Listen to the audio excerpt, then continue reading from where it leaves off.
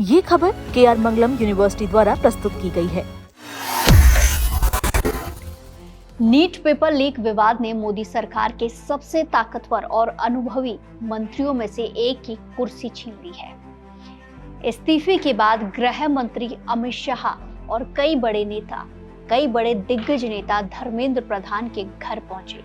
और क्या ये सिर्फ एक इस्तीफा है या फिर कुछ और होने वाला है?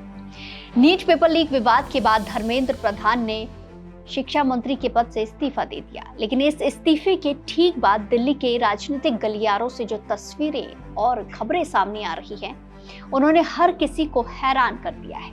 जरा सोचिए, जब भी किसी मंत्री का इस्तीफा किसी विवाद के बाद होता है तो आमतौर पर सन्नाटा छा जाता है, लेकिन धर्मेंद्र प्रधान के इस्तीफे के तुरंत बाद उनके आवास पर गृह मंत्री अमित शाह, वित्त मंत्री निर्मला सीतारमण, वाणिज्य मंत्री पीयूष गोयल जैसे कई बड़े मंत्री पहुंचे, ऐसी खबर सामने आ रही है। आखिर इस मुलाकात के क्या मायने हैं? क्या सरकार धर्मेंद्र प्रधान के साथ मजबूती से खड़ी दिखाई दे रही है? ये संदेश देना चाहती है? चलिए जानते हैं।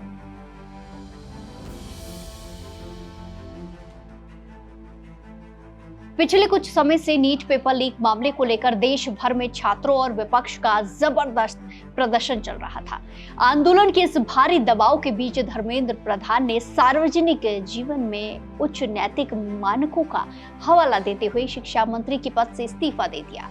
लेकिन कहानी यहीं खत्म नहीं होती है। इस्तीफा मंजूर होने के तुरंत बाद गृह मंत्री अमित शाह खुद धर्मेंद्र प्रधान से मिलने उनके घर पहुंचते हैं। इसी के साथ अमित शाह ने धर्मेंद्र प्रधान द्वारा शिक्षा के क्षेत्र में किए गए साहसिक और ऐतिहासिक सुधारों को लेकर भी अपने एक्स के पोस्ट में जिक्र किया। उन्होंने साफ शब्दों में कहा कि मोदी सरकार देश के युवाओं की भावनाओं का पूरा सम्मान करती है और पेपर लीक जैसी धांधली के खिलाफ सख्त से सख्त कदम उठाने के लिए पूरी तरह प्रतिबद्ध है। माना जा रहा है कि धर्मेंद्र प्रधान के साथ पार्टी खड़ी है। ये संदेश देने के लिए सरकार के सीनियर मंत्रियों ने उनसे मुलाकात की है, उनके आवास पर जाकर। इसी के साथ बीजेपी के राष्ट्रीय अध्यक्ष नितिन नवीन ने भी खुलकर धर्मेंद्र प्रधान का बचाव किया और कहा कि पार्टी उनके साथ चट्टान की तरह खड़ी है। उन्होंने याद दिलाया कि भारत की शिक्षा व्यवस्था को आधुनिक बनाने और ऐतिहासिक नई शिक्षा नीति यानी कि NEP को सफलतापूर्वक जमीन पर लागू करने में धर्मेंद्र प्रधान ने सबसे मुख्य भूमिका निभाई है। अगर धर्मेंद्र प्रधान के राजनीतिक सफर की बात करें तो अपने 26 साल के लंबे राजनीतिक करियर में उन्हें पहली बार इस तरह का झटका लगा है।